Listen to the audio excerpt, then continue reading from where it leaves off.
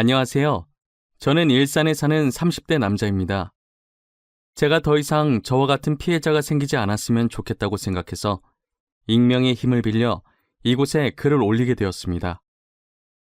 저는 여기에 올라오는 사연들을 읽는 것으로 하루를 시작하곤 했었는데요. 그런 제가 글을 쓰고 있을 거라고는 생각을 못했습니다.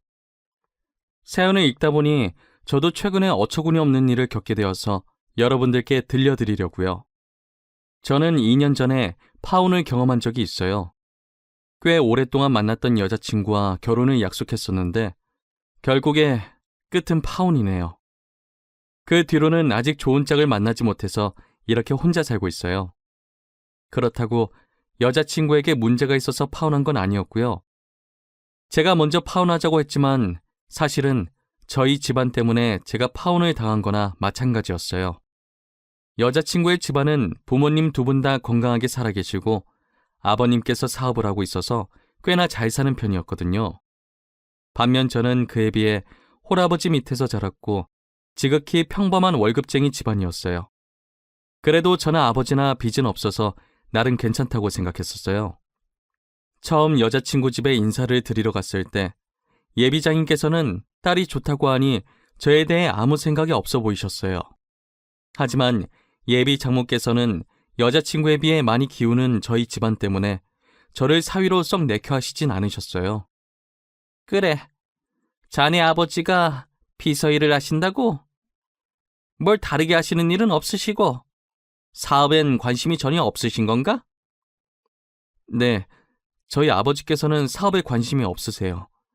지금 생활도 만족해 하시면서 살고 계세요. 저도 안정적으로 월급 받으면서 사는 게 좋다고 생각하는 편이고요. 남자는 자고로 욕심이 있어야 하는데 이렇게 욕심이 없어서야 원. 그럼 아버지께서는 쭉 남의 시중 들면서 비서일만 하신 건가? 아, 네. 시중이라는 표현은 좀 그렇지만 어떻게 보면 그런 셈이죠. 성인 되신 후부터 지금까지 쭉 한 분만 모시고 계세요. 너무 대놓고 저희 아버지 직업을 무시하는 태도에 저도 기분이 좋지 않았어요. 하지만 예비 장모께서는 제 기분은 아랑곳하지 않고 계속 무시하시더라고요. 그래도 저는 어른들 앞이니까 나름대로 티를 안 내려고 정말 노력 많이 했어요. 모든 수모를 다 받아도 견딜 수 있을 만큼 여자친구를 많이 좋아하기도 했고요. 저는 예비 장모께서 제게 마음을 여시길 기다리고 있었습니다. 그런데 어쩐 일인지 예비 장모께서 먼저 저보고 만나자고 연락을 주신 거예요. 드디어 예비 장모께서 마음을 여신 건가 하는 부푼 마음에 여자친구 집을 다시 찾았어요. 너무 떨려서 배를 누르기 전에 심호흡을 몇 번 했는지 모르겠어요. 하지만 이런 저를 무색하게 만드는 흰 봉투가 제 눈앞에 떨어졌어요. 예비 장모께서는 제가 자리에 앉자마자 제 쪽으로 흰 봉투를 던지시더라고요. 진짜 드라마에서만 보던 돈 봉투를 실제로 받아보게 될 줄은 몰랐어요. 잘 산다고 하더니 정말 잘 사는 집안이었는지 봉투가 두둑했어요. 그리고는 예비 장모께서 섭섭치 않게 넣었으니까 자기 딸과 헤어져 달라고 하시더라고요. 여자친구한테는 자신을 만났다는 말을 하지 말라고 당부하시면서요.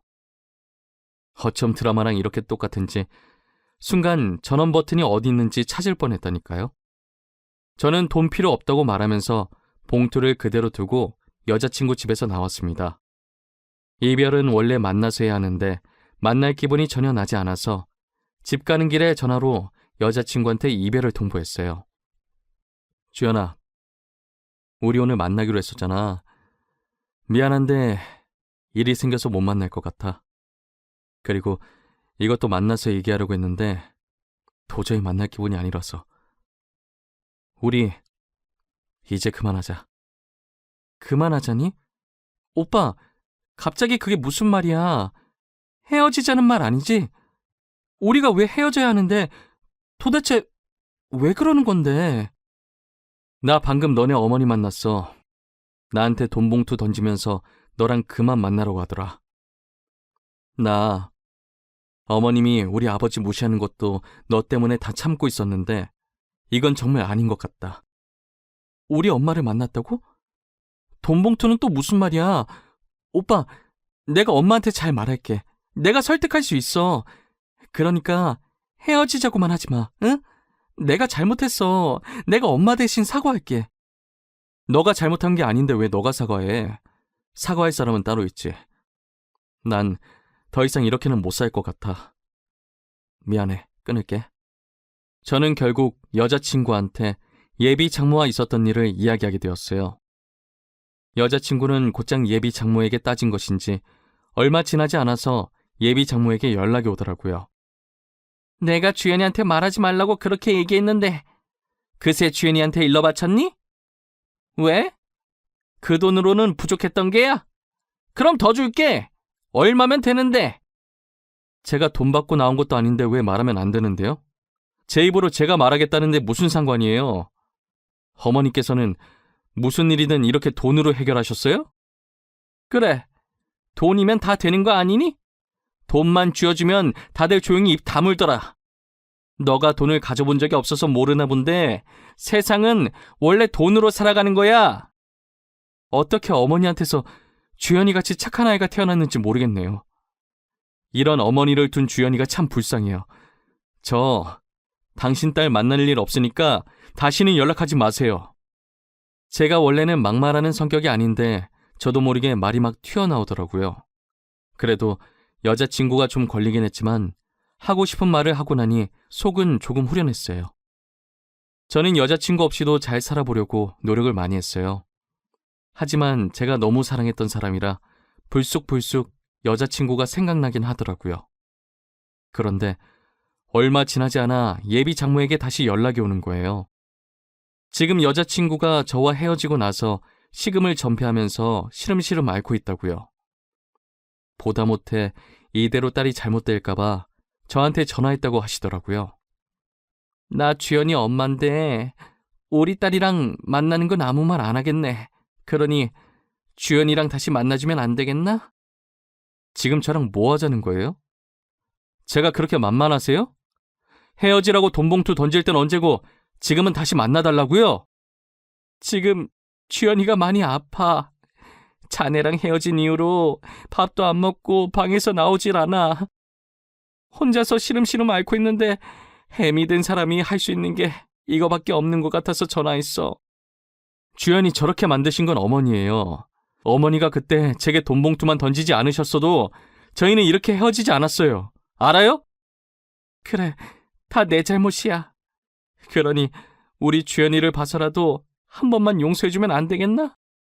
내가 다시는 둘이 만나는 걸로 아무 말 하지 않겠네. 솔직히 이때까지 예비 장모가 했던 말과 행동을 생각해보면 다시 만나고 싶지 않았어요.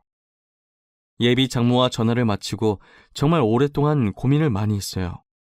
애타게 기다리던 예비 장모에게 사과 문자까지 올 정도였으니까요. 하지만 저는 여자친구를 생각했던 것보다 훨씬 더 사랑했더라고요.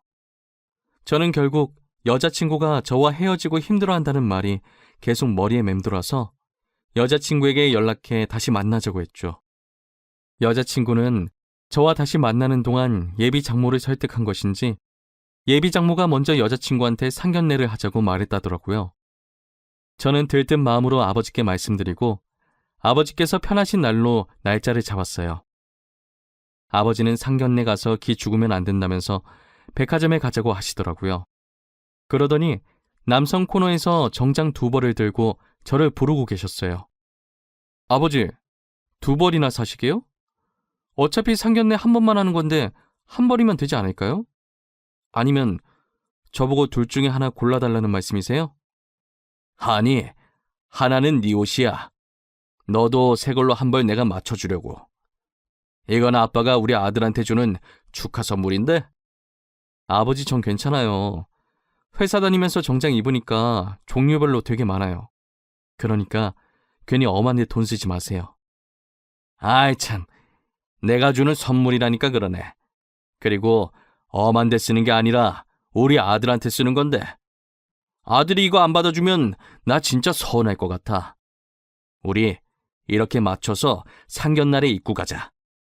어찌 된 게 저보다 아버지가 더 들뜬 것 같았어요. 그래도 아버지 기분이 좋아 보이시는 것 같아 저도 덩달아 기분이 좋아졌어요.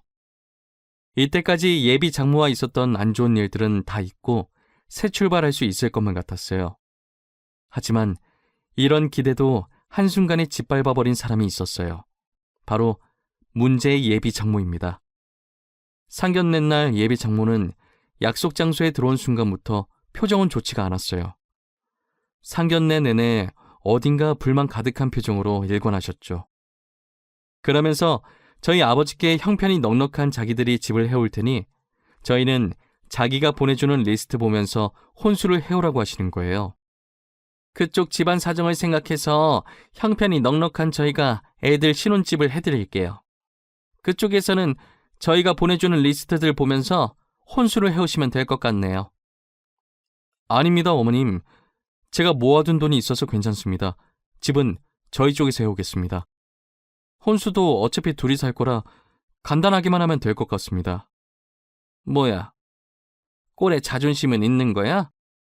그렇게 무리하지 않아도 돼. 우리가 알아서 다 해줄게. 그리고 혼수도 자네 형편 생각해서 비싼 건 내가 미리 다 뺐어. 장모님, 계속 저희 집안 형편 들먹이시는데 저희 거지 아닙니다. 월급쟁이라고 무시하시는데 저희 빚도 없고요. 오히려 월급 받으면서 모아둔 돈도 집 사고 남을 정도로 있습니다. 그럼 뭐해? 남의 일 뒤지다꺼리 하면서 받은 코 묻은 푼돈일 텐데. 괜히 자존심 부릴 거 없다니까. 자존심이 밥 먹여주니? 저와 예비 장모가 하는 말을 들은 아버지의 표정이 살짝 좋지 않았습니다. 예비 장모는 아버지의 표정이 변한 것이 오히려 재밌었나 봐요. 제 자존심 들먹이면서 저를 더 자극하려고 들더라고요. 제가 맞받아치려고 하는데 저희 아버지께서 지금 뭐 하시는 거냐면서 지금 이게 상견례를 하러 온 것인지 사람을 가지고 놀려고 온 것인지 따지기 시작하셨어요. 결국 상견례 분위기는 살아놓은 판이었고 저는 아버지를 데리고 그 자리에서 나왔어요. 여자친구는 저를 붙잡았지만 저는 뒤도 돌아보지 않고 여자친구 손을 뿌리쳤어요. 그리고 여자친구한테 도저히 이건 아닌 것 같다며 결혼은 없던 일로 하자고, 어쩌면 우리 관계도 이대로 계속 만나도 되는 것인지 다시 생각해봐야 할 것 같다고 했어요. 저는 아버지께 너무 죄송해서 집에 가는 내내 아무 말도 할 수 없었어요. 그렇다고 아버지도 딱히 제게 말을 걸지 않으셨고요. 차 안 공기는 히터를 아무리 세게 틀어도 냉동 창고 마냥 차가웠어요. 집에 도착한 뒤 한참 말이 없던 아버지께서 제게 입을 열었습니다. 준우야, 결혼은 둘이 좋아서 오로지 둘만 보고 하는 거라 내가 뭐라고는 하진 않겠지만 예비 장모를 보니 결혼하고 나서 너가 너무 시달릴 것 같아서 걱정이구나. 저도 오늘 겪어보니 결혼은 아닌 것 같아요. 이미 여자친구한테는 파혼하겠다고 말해놨어요. 괜히 저 때문에 이런 수모를 겪은 것 같아서 죄송해요. 네가 죄송할 게 뭐가 있어? 네 잘못도 아닌데. 오히려 내가 너한테 미안하지. 부유한 가정에서 태어났어야 했는데 내가 정말 미안하구나. 그게 무슨 말씀이세요? 전 아버지 아들인 게 정말 자랑스러워요. 그러니까 그런 생각 다시는 하지 마세요. 아셨죠? 제가 파혼한 후에도 아버지는 하시던 비서일을 꾸준히 계속하셨어요. 그런데 아버지께서 모시던 회장님이 이제 나이가 많으셔서 그런지 체력이 예전 같지 않아서 회사를 누군가에게 물려줘야 하는 상황이었나 봐요. 하지만 회장님은 평생을 자식 없이 아내분과 단둘이 살았어서 물려줄 자손이 없었어요. 회장님께서는 회사를 믿고 맡길 수 있는 사람이 아버지밖에 없다면서 아버지께 자신의 뒤를 이어주면 안 되겠냐는 제안을 하셨다고 하더라고요. 아버지는 그 제안을 아직 받아들이지 못하고 제게 고민 상담을 하시더라고요. 아버지, 그 회사는 아버지 인생의 절반을 바친 회사 아니에요? 회장님 옆에 있으면서 보고 배운 아버지가 회사를 제일 잘할 거 아니에요? 그렇긴 하지. 내가 회장님 옆에서 보필한 지가 무려 30년이 넘었으니까. 거의 첫 설립 때부터 내가 늘 회장님과 함께 했었지. 그러니까요. 회장님만큼이나 회사를 잘하는 직원은 아버지밖에 안 계실 거예요. 그러니 회장님도 아버지께 믿고 회사를 맡기시려는 게 아니겠어요? 천천히 잘 생각해 보세요. 저는 아버지께 너무 성급하게 받지도 거절하지도 말라고 당부드렸어요. 충분히 생각을 하신 후에 결정하셔도 늦지 않다고 말이에요. 아버지는 오랜 고민 끝에 회장님의 제안을 받아들이기로 하셨어요. 그렇게 회장님이 되신 아버지는 거만해지지도 않고 오히려 예전보다 더 검소하게 사셨어요. 직원들 복지도 챙길 수 있는 건 아낌없이 다 챙겨주면서 퇴사율 0%를 기록하셨죠. 아버지께서 회사를 받으신 후로 더 승승장구했습니다. 가끔 전 회장님께서 놀러 오시면 흡족해하면서 역시 자신이 사람을 잘 봤다며 칭찬해 주시곤 하셨어요. 그러다 아버지는 회사에서 예상치 못한 사람을 발견하게 되었어요. 그건 바로 저의 전 예비 장인이었는데요. 로비에서 시끄러운 소리가 들리는 것 같아서 아버지께서 가던 길을 멈추고 고개를 돌리셨대요. 그런데 예비 장인이 로비에서 회장님 좀 만나게 해달라면서 애원하고 있었다고 하더라고요. 그래서 아버지께서 무슨 일인가 싶어서 그쪽으로 다가가셨대요. 도대체 무슨 일이시길래 여기서 이렇게 시끄럽게 소란을 피웁니까? 하실 말씀이 뭔지 저한테 한번 말해보시겠어요? 당신... 혹시 회장님 어디 계신지 아십니까? 이게 비서한테 할 말은 아니고 급히 중요하게 회장님께 직접 해야 할 말이 있어서 그럽니다. 네, 급히 중요하게 저한테 말씀하세요.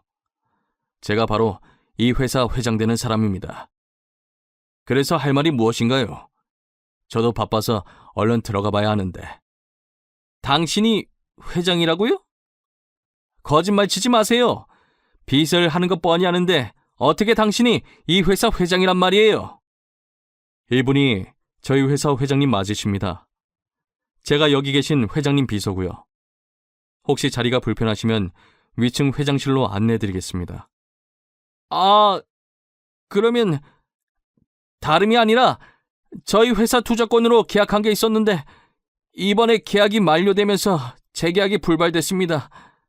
그래서 제가 직접 회장님을 만나 뵙고자 이렇게 찾아오게 되었습니다. 그래요. 저는 처음 듣는 일인데 일단 알겠습니다. 서류 잘 검토해 보도록 하지요. 그럼 사장님께서는 이만 돌아가 주시면 감사하겠네요. 예비 장인은 제 차 잘 봐달라면서 인사하고 돌아가셨다고 하더라고요. 아버지께서는 모든 일을 혼자 결정하지 않으셨던 분이시라 이번에도 제게 의논을 하시더라고요. 아들아, 내가 어떻게 해야 하는 걸까? 지난 날은 다 잊고 재계약을 해줘야 하는 것일까? 아니면 그냥 이대로 모른 척 해야 하는 걸까? 아버지, 절대 재계약해주지 마세요. 어차피 두 번 다시 볼 사람들 아니에요. 뭘 망설이세요? 그냥 아무것도 해주지 마세요. 하지만 내가 투자를 해주지 않는다면 그 회사는 망하게 될 것이야. 우리 회사가 제법 많이 투자를 해주고 있었더라고. 이제껏 저희한테 했던 말과 행동들 기억 안 나세요? 그 집안에 당한 것들 벌써 잊으신 거냐고요. 저는 절대 반대예요. 아버지는 저의 완강한 반대에도 생계가 달려있다 보니 많이 망설이는 눈치셨어요. 저는 결국 아버지께 며칠만 더 고민해보라고 말하고 방으로 들어갔어요. 하지만 예비 장인에게 들은 것인지 그걸 못 참고 다음날 예비 장모가 아버지를 찾아왔다고 하더라고요. 그러더니 사람들이 보든 말든 무릎부터 꿇고 사정하기 시작했다고 해요. 사돈, 우리 사돈 될 뻔한 사이잖아요. 그러니까 저희 한 번만 도와주세요. 네? 이번에 계약 못하면 저희 회사 진짜 망해요. 직원들 월급도 줘야 하는데 제발 살려주세요. 일단 제가 서류 잘 검토해 보도록 하겠습니다. 그러니 이만 돌아가세요. 지금 사람들 다 보고 있습니다. 사돈께서 약속하시기 전까진 전 한 발자국도 못 갑니다. 사돈도 힘들게 살아와서 아실 것 아닙니까? 지금 누구보다 저희 심정 아실 것 아니에요. 죄송하지만 전 힘들게 살아온 적이 없습니다. 누가 보면 저희가 가난뱅이였는 줄 알겠어요. 단지 월급쟁이라서 힘들게 살았을 거라고 생각하십니까? 지금 힘들어 보이시는 건 그쪽인 것 같네요. 사돈, 그쪽이라니요. 아무리 제가 지금 사돈 바지가랑이를 잡고 빌고 있다지만 말 정말 섭섭하게 하시네요. 그쪽이 뭡니까, 그쪽이? 제가 그쪽이라고 하니까 섭섭하세요? 제가 비서일 한다고 했을 때 이미 그쪽으로 호칭 정리 끝난 것 아니었나요? 정말 변하신 게 하나도 없으시네요. 아버지는 솔직히 예비 장모께서 사람 다 보는 앞에서 무릎을 꿇길래 순간 마음이 약해지셨다고 해요. 하지만 제가 했던 말이 떠오르면서 그때의 수모가 생각나는 동시에 변하지 않는 예비 장모의 태도가 아버지 마음을 돌리는데 한몫한 것 같았어요. 울면서 빌어도 모자랄 판에 저렇게 목에 핏대 세우면서 따지고 들고 있으니 돈으로 흥한 자, 돈으로 망하게 만들고 싶다는 생각이 들었다고 하더라고요. 그래서 결론은 아버지께서 재계약을 하지 않으셨다고 합니다. 투자를 받지 못한 예비장인의 회사는 그렇게 직원 월급도 못 주고 망하게 되었다고 하더라고요. 아버지도 자신이 그렇게 독한 면이 있었는지 몰랐다고 하더라고요. 저는 예비장인이 그렇게 된 것이 아버지 탓이 아니니까 너무 개의치 말라고 했어요. 이렇게까지 된 건 다 자기들 업보 아니겠어요? 뿌린 대로 거둔다는 말이 있잖아요.